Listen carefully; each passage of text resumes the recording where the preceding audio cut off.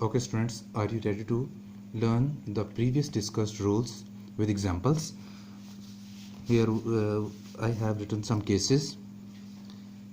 Case number 1, rental income from property. For example, उसने कहा जी 3 lakh.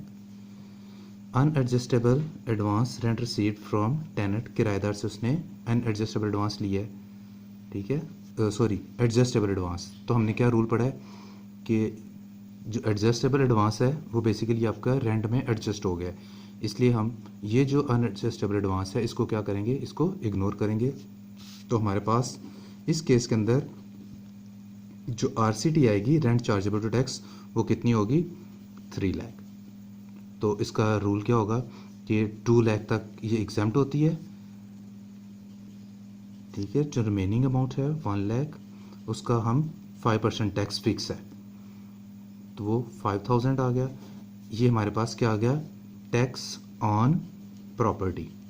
इसको हम क्या करेंगे, जो हमारे बाकी 4 सोर्सेज होंगे, income from salary, business, capital gain, other source, उनके ऊपर जो टैक्स आएगा और ये जो टैक्स होगा, हम इन दोनों टैक्सेस को ऐड कर लेंगे.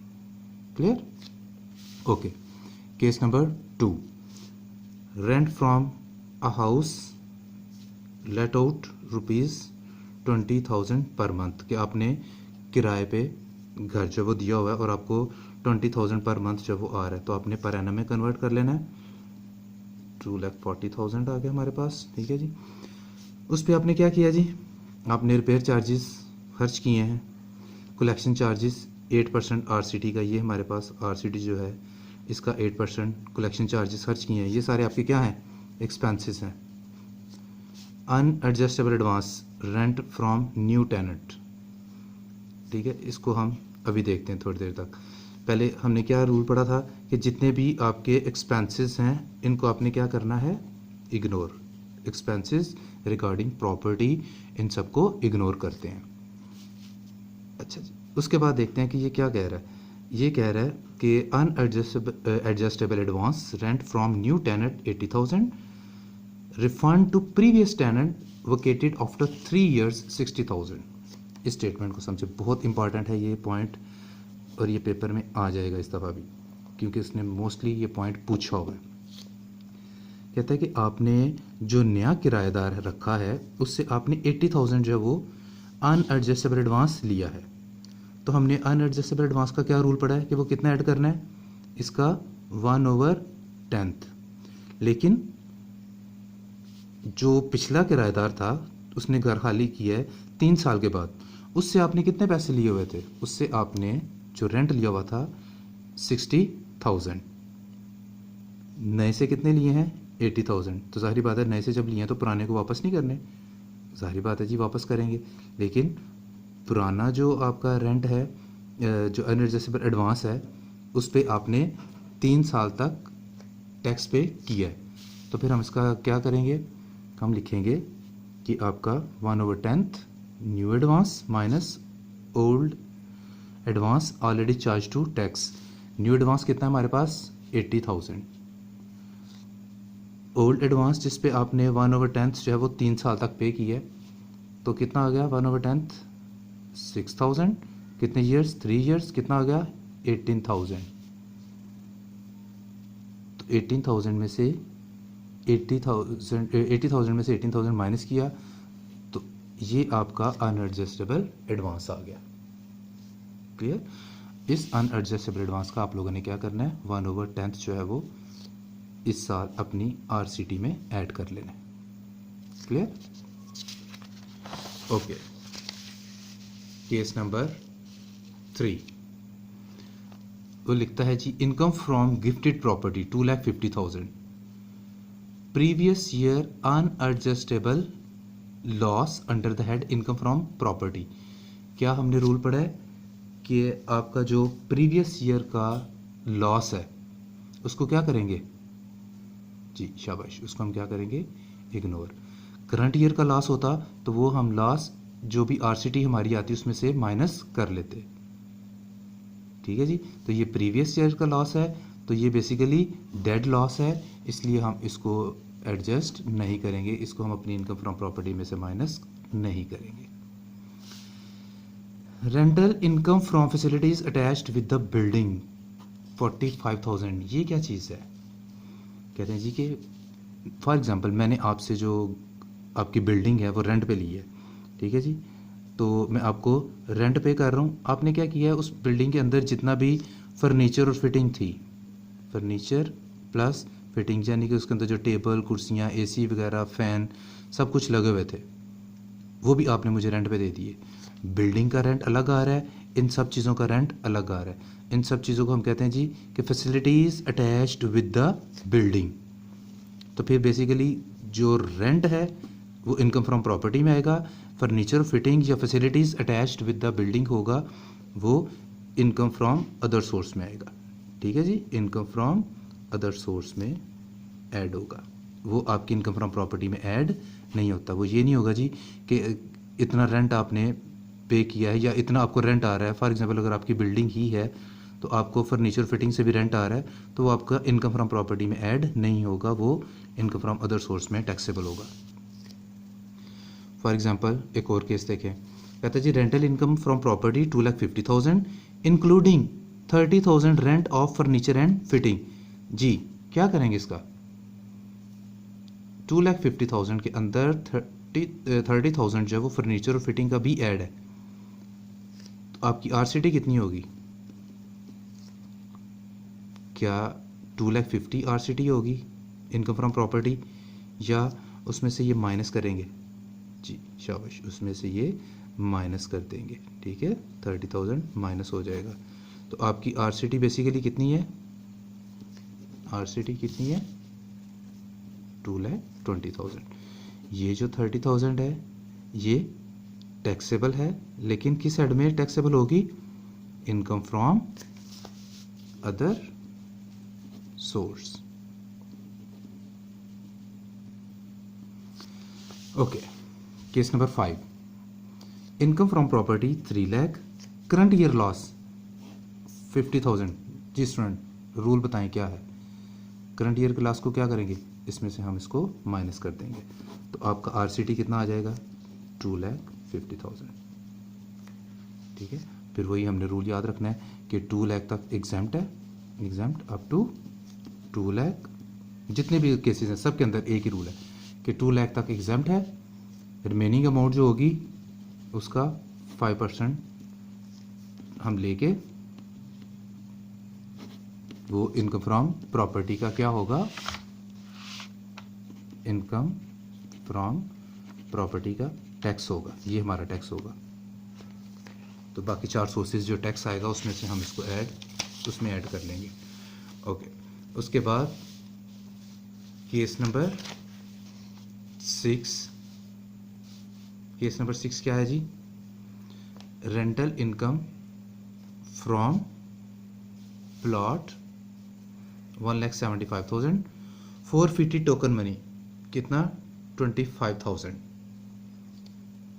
वो बेसिकली क्या कर रहा है, कैसे तो स्टेटमेंट लिखेगा?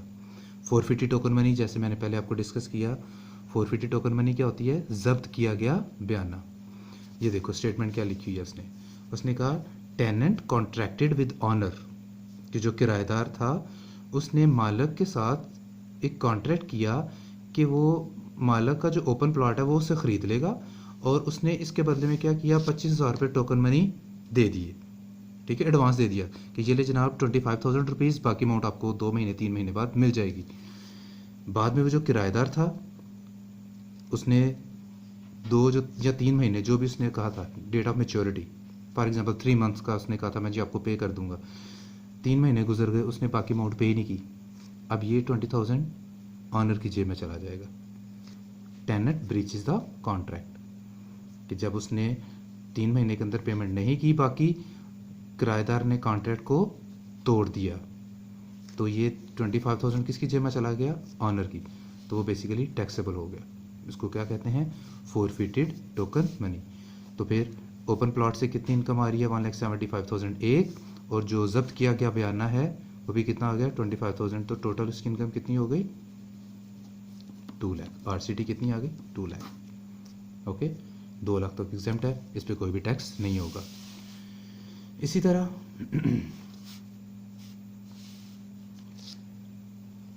रेंटल इनकम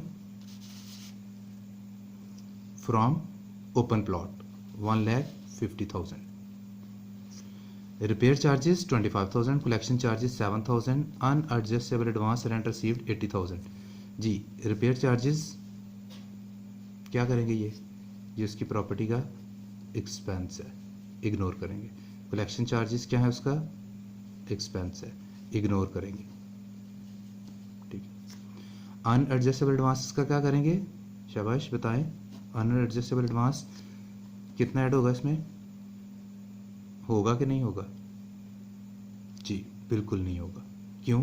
क्योंकि हमने क्या कहा था कि अनएडजस्टेबल एडवांस जो है वो ओपन प्लॉट की सूरत में ऐड नहीं होता, तो ये भी क्या हो जाएगा, इग्नोर। तो फिर हमारे पास जो RCT आएगी वो कितनी होगी, 1,50,000। तो ये भी क्या हो जाएगी, एग्जाम्प्ट होगी। 2 लाख तक तो वैसे एग्जाम्प्ट है। ओके, उसके बाद rental income from property net, बहुत इंपॉर्टेंट पॉइंट है ये। 2,70,000 plus fire insurance premium paid 5,000। Fire insurance premium paid क्या है कि आप किराएदार हैं, आप ऑनर हैं, तो आपने अपनी बिल्डिंग की फायर इंश्योरेंस करवाई हुई है, तो आपका एक्सपेंस है ये। तो क्या करते हैं हम, एक्सपेंसेस को इग्नोर। ठीक है। कलेक्शन चार्जेस क्या है, एक्सपेंस है, क्या करते हैं, ignore. Payment of loan installment, इसको हम बाद में देखते हैं। पहले हम देखते हैं कि ये नेट जो इसने दिया है इसका क्या मतलब है। इसका मतलब ये है कि जो 2,70,000 है, इसमें से ये एक्सपेंसेस माइनस करने के बाद उसने ये 2,70,000 दिया है। तो आपने क्या करना है, इन दोनों को इसमें ऐड करना है। ये एक्सपेंसेस माइनस नहीं करेंगे। हमने पहले डिस्कस किया कि इनकम फ्रॉम प्रॉपर्टी जो है उसमें से एक्सपेंसेस माइनस नहीं होते, लेकिन ये क्या कर रहा है, ये उस इनकम में से ये एक्सपेंसेस माइनस करके आपको नेट बता रहा है, जनाब नेट इतना है। तो फिर आपने ये जो एक्सपेंसेस हैं इनको इसमें ऐड कर लेना है। तो फिर कितना हो गया, 2,78,000 इसमें ऐड होगा। अगर कुछ नहीं लिखा होगा तो इसका मतलब है वो ग्रॉस है, तो ये एक्सपेंसेस इग्नोर होंगे। लेकिन जब उसने नेट दे दिया है तो उसने क्या किया है, उसने इन दोनों को माइनस कर दिया है। तो हमने क्या कहा था कि एक्सपेंसेस माइनस करने की इजाज़त नहीं है, तो इसलिए फिर हम इसको ऐड करके इसमें लिखेंगे। अच्छा स्टूडेंट्स, ये चीज़ याद रखिएगा, उसने कहा है कि payment of loan installment to schedule bank for renovation of the house, कि उसने शेड्यूल बैंक से कर्ज लिया हुआ था तो उसने उसकी किस्त पे की है। पेमेंट ऑफ लोन इंस्टॉलमेंट, जो कर्ज लिया हुआ था उसकी उसने इंस्टॉलमेंट पे की है, किसको, शेड्यूल बैंक को। वो उसने लोन क्यों लिया था, for renovation of the house. कितनी है जी, 50,000 है, तो ये उसका एक्सपेंस है। ठीक है, इसको भी हम क्या करेंगे, ignore. Okay, next case, consideration received for vacating the house 1 lakh. कह रहा उसने घर छोड़ने का जो है ना मुआवजा कितना लिया है, 1 लाख। जब उसने घर लिया था, घर का कब्जा लिया था, एक्विजिशन मीन कब्जा लिया था, तब उसने कितनी अमाउंट पे की थी, 60,000। तब उसने 60,000 पे किया, लेकिन जब घर छोड़ा तो उसको 1 लाख मिला, तो फिर ये उसकी इनकम हो गई। लेकिन चूंकि वो घर का मालिक नहीं है तो फिर वो किस साइड में जाएगी, इनकम फ्रॉम अदर सोर्स में। कितना, उसका 1/10 मिला, कितना, 1 लाख, दिया कितना था, 60,000। तो डिफरेंस कितना आया, बेनिफिट कितने का हुआ उसको, 40,000 का। तो उस पर उसने कितना टैक्स पे करना है, टैक्सेबल इनकम में कितना ऐड करना है उसने, सॉरी 1/10 4,000, ये उसकी इनकम फ्रॉम अदर सोर्स में ऐड हो जाएगी। चूंकि वो घर का मालिक नहीं है, उसने किराए पे घर लिया हुआ था, जिसका मालिक मकान ने उसको पैसे देकर उसे जान छुड़वाई है, तो वो पैसे बेसिकली उसके पास आए कितने, क्योंकि 60 तो उसने दिया हुआ था, मिला कितना है, 1 लाख, तो बेनिफिट उसको हुआ 40,000। तो इसलिए ये जो उसका 1/10 है ये उसकी इनकम फ्रॉम अदर सोर्स में ऐड होगा, याद रखिएगा ये पॉइंट। अच्छा जी, उसके बाद rental income from property 3 lakh. उसने क्वेश्चन के अंदर ये पॉइंट मेंशन किया हुआ है, उसने क्या किया हुआ, उसने collection charges 18,000, white wash charges 12,000 इनको माइनस किया हुआ है इसमें से, जबकि हमने क्या पढ़ा है कि कोई भी प्रॉपर्टी का एक्सपेंस जो है वो इनकम फ्रॉम प्रॉपर्टी में से माइनस नहीं होगा। उसने माइनस करके ऐसे अमाउंट मेंशन किया जी 2,70,000। ठीक है, जस्ट आपको कंफ्यूज करने के लिए करेगा कि क्या आपको कॉन्सेप्ट है कि एक्सपेंसेस माइनस करने की इजाज़त नहीं है आपको। ठीक है, तो आपने इसको नहीं देखना, सिर्फ ये आपकी आरसीटी होगी। ये जो दोनों एक्सपेंसेस उसने माइनस किए होंगे आपने माइनस नहीं करने। फिर उसने कहा होगा प्रॉपर्टी टैक्स पे किया है इतना, वाटर चार्जेस पे किए हैं, करंट कितने 800 के, एरिया चार्जेस उसने पे किए 300 के। तो ये सारे क्या हैं, ये सारे उसकी इनकम फ्रॉम प्रॉपर्टी के एक्सपेंसेस हैं, जिसके बारे में हम बार बार डिस्कस कर रहे हैं कि आपने इनको माइनस नहीं करना। अगर उसने नेट दे दिया हुआ है इसका मतलब है कि उसने माइनस कर दिया है, तो आपने क्या करना है, इन सारे एक्सपेंसेस को उसमें इनकम में ऐड कर लेना है। Advance tax on rent paid, कहता है जी आपने जो रेंट है उस पर एडवांस टैक्स पे कर दिया है, तो इसका मतलब है हमारा टैक्स पे हो चुका है। तो इसको भी हम क्या करेंगे, एंड पे जाके जब हमारा नेट टैक्स आएगा उसमें से इसको भी माइनस कर लेंगे कि जनाब हमने इतना टैक्स पे कर दिया हुआ है। इस अमाउंट पे जो टैक्स आएगा, ये जितने भी एक्सपेंसेस हैं हमारे, ये सारे क्या हैं, एक्सपेंसेस हैं। इन सब सॉरी यहाँ तक इन सबको हमने क्या करना है, इग्नोर। इन सबको क्या करना है, इग्नोर। हमने जो ट्रीटमेंट करनी है वो सिर्फ इस अमाउंट पे करनी है। ये हमारी बेसिकली क्या है, आरसीटी। ये हमारी क्या है, आरसीटी। कितनी, 3 लाख। तो एग्जाम्प्ट कितनी है, 2 लाख। तो हमारे पास आरसीटी बेसिकली कितनी आ गई, जिस पे हमने टैक्स देना है 1 लाख। कितना, 5%, यानी कि 2 लाख तक माफ़ है। 2 लाख से ज़्यादा जो अमाउंट होगी इसका 5% हम टैक्स पे करेंगे, 5,000। तो कहता है जी ऑलरेडी उसने 5,000 पे कर दिया हुआ है, तो फिर अब क्या करेंगे, उसका कोई भी टैक्स प्रॉपर्टी पे नहीं होगा। ओके, कुछ पॉइंट्स और भी हैं जी।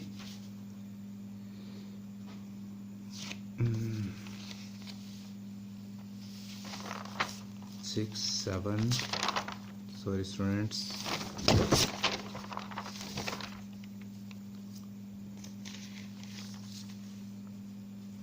अच्छा जी, हाँ ये रूल्स, इसको भी हमने डिस्कस किया already. If income from property net is given, तो फिर हम क्या करेंगे, नेट का मतलब क्या है, all expenses discussed previously, white wash, collection charges, tax, कोई भी repair charges, insurance premium, legal advisor को जो फ़ीस दी है, ये सारे एक्सपेंसेस जो उसने माइनस कर दिए हैं। तो आपने पहले काम क्या करना है, उन सारे एक्सपेंसेस को आरसीटी में ऐड करना है, और जो आपका आरसीटी आएगी वो ग्रॉस इनकम होनी चाहिए। यहाँ पे क्या कर रहा है जी, rental income from property for example net उसने दिया हुआ है 4 लाख, साथ उसने बता दिया repair charges borne by owner 1 lakh, white wash charges paid 50,000, fee paid to advisor 20,000। तो ये सारे क्या हैं, एक्सपेंसेस जो उसने क्या किया, जो उसने इस 4 लाख में से माइनस करके आपको बताए हैं। ठीक है, ये जो 4 लाख आया है उसमें से ये एक्सपेंसेस माइनस हो गए हैं। फिर उसने कहा जी ये नेट आ गया, आपने क्या करना है, इनको इसमें क्या लेस करोगे जी, इसको हम इसमें से लेस नहीं करेंगे, हम इसको तीनों को 1,50,000, 1 लाख कितना हो गया, 1,70,000, इसको भी हम इस इनकम में ऐड करेंगे। तो हमारे पास जो आरसीटी आएगी वो कितनी आ जाएगी, 5,70,000। ये हमारी आरसीटी होगी। हमने इन सारे एक्सपेंसेस को जो उसने माइनस करके हमें दे दिए हैं, हम इनको उसमें ऐड कर लेंगे। ओके जी,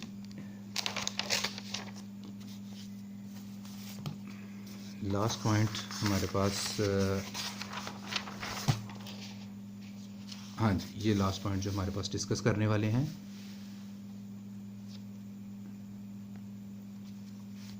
अच्छा जी,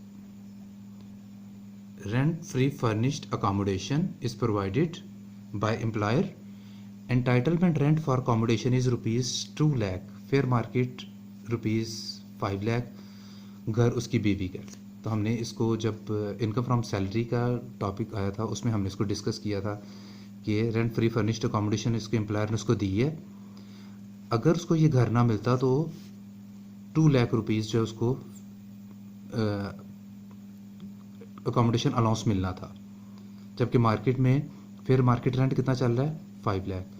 तो फिर हमने क्या किया था, चूँकि उसने एरिया नहीं बताया हुआ तो ये फिर 45% ऑफ MTS या बेसिक सैलरी का लेते हैं, उसका कंपैरिजन किससे कर लेते हैं, या 5 लाख जो फेयर मार्केट रेंट चल रहा है, दोनों में से जो ग्रेटर है वो टैक्सेबल होना था।